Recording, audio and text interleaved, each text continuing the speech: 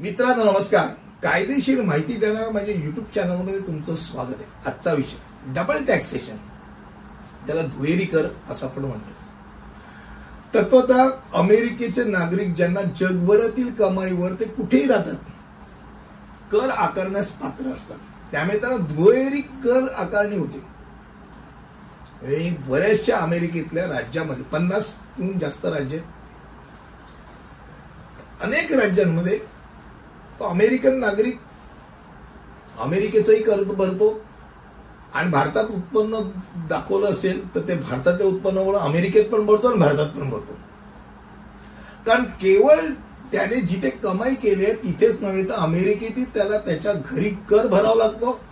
आणि अशा अनेक देशांमध्ये घडतं जिथे जगभरातील कमाईवर कर भरावा लागत असतो. दुहेरी कर आपण जेव्हा म्हणतो तो उत्पन्नाच्या एका स्त्रोतावरती जेव्हा दोनदा कर भरला जातो, जेव्हा उत्पन्नावर कॉर्पोरेट किंवा वैयक्तिक पातळीवर कर भरला जातो तेव्हा सुद्धा हे येऊ शकतं, जसे स्टॉक डिव्हिडंडच्या बाबतीत होतं. दुहेरी कर खास करून आता आपण जे बोलणार होतो दोन देशांद्वारे कर आकारला जाणारा समान उत्पन्न म्हणजे त्याच उत्पन्नावरती दोनदा कर भरावा लागत असेल तर तो दुहेरी कर. आणि हे बऱ्याच वेळा वेगवेगळ्या गोष्टींमध्ये होत असतं. एक किंवा दोन, खास करून दोन किंवा अधिक अधिकार क्षेत्रामध्ये एकाच उत्पन्नावरती किंवा मालमत्तेवरती म्हणजे भांडवली कर, उत्पन्नावरती म्हणजे उत्पन्न कर किंवा आर्थिक व्यवहारावरती म्हणजे जीएसटीच्या उदाहरण, या राज्यात त्या राज्यात गेलं जीएसटी भरत, त्या राज्यात पुढच्या राज्यात गेलं परत जीएसटी भरत. एकच बाबा तो ट्रक चाललाय आणि दोनदा जीएसटी भरत असेल तर शेवटी 4 राज्यात गेलं तर 4 वेळा जीएसटी भरणार का? त्यामुळे ही एक फार विचित्र बाब होते. आयकर कायदा 1961च्या कलम 90 आणि कलम 91 मध्ये करदात्यांना दुहेरी कर आकारणीपासून वाचवण्यासाठी विशेष सवलती दिल्या गेल्या. भारतामध्ये बऱ्यापैकी दुहेरी कर आकारला जात नाही.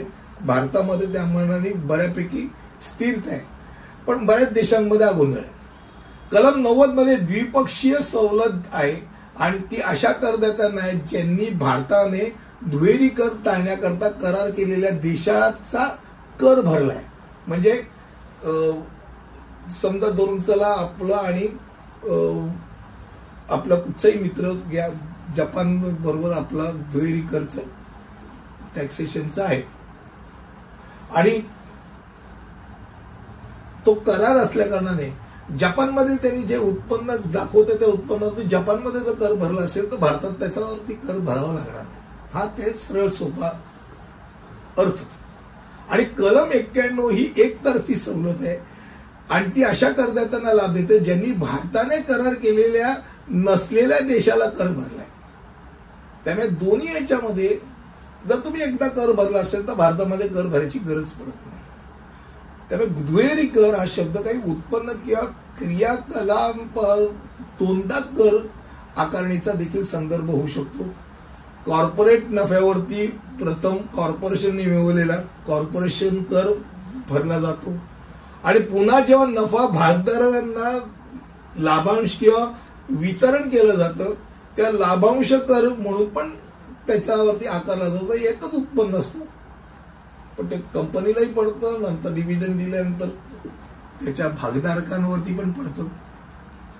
त्यामुळे दुहेरी कर आकारण्याचे 2 प्रकार आहेत, अधिकार क्षेत्रीय दुहेरी कर आणि आर्थिक दुहेरी कर.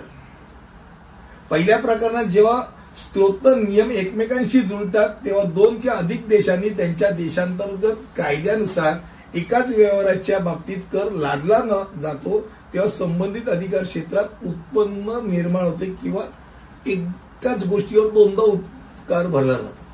आणि दुसऱ्या प्रकरणात जेव्हा उत्पन्नाच्या वस्तूवर किंवा भांडवलावर 2 किंवा अधिक राज्यांमध्ये परंतु वेगवेगळ्या व्यक्तींच्या हातातनं कर जातो तेव्हा दुहेरी कर आकारला जातो. मगाशी म्हटल्याप्रमाणे कंपनीने उत्पन्न घेतले त्याच्यावर टॅक्स भरला, कंपनीने आपला फायदा परत आपल्या लोकांमध्ये लाभांशच्या स्वरूपात दिला, त्यांना परत त्याच्यावरती कर पडला, डबल कर पडला.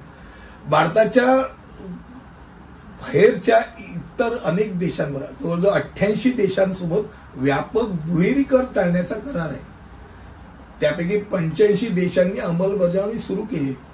बऱ्याच वेळा आपल्या लक्षात येतं अमेरिकेमध्ये असलेली माणसं आहेत ना, ती म्हणतात भारतातलं उत्पन्न आम्हाला नका सांगू, आम्हाला ती कटकट होते, तिथे पण टॅक्स पडतो, डबल टॅक्सेशन होतं, इथे पण टॅक्सेशन तिथे नको. हे जी भीती आहे ना, ती दुहेरी कराची भीती आहे. भारतामध्ये बऱ्यापैकी ती कमी आहे. पुढच्या व्हिडिओमध्ये असंच काहीतरी नवीन घेऊन येईल. तिथपर्यंत हिथेच थांबतो. आजचा विषय होता डबल टॅक्सेशन. आवडला ना?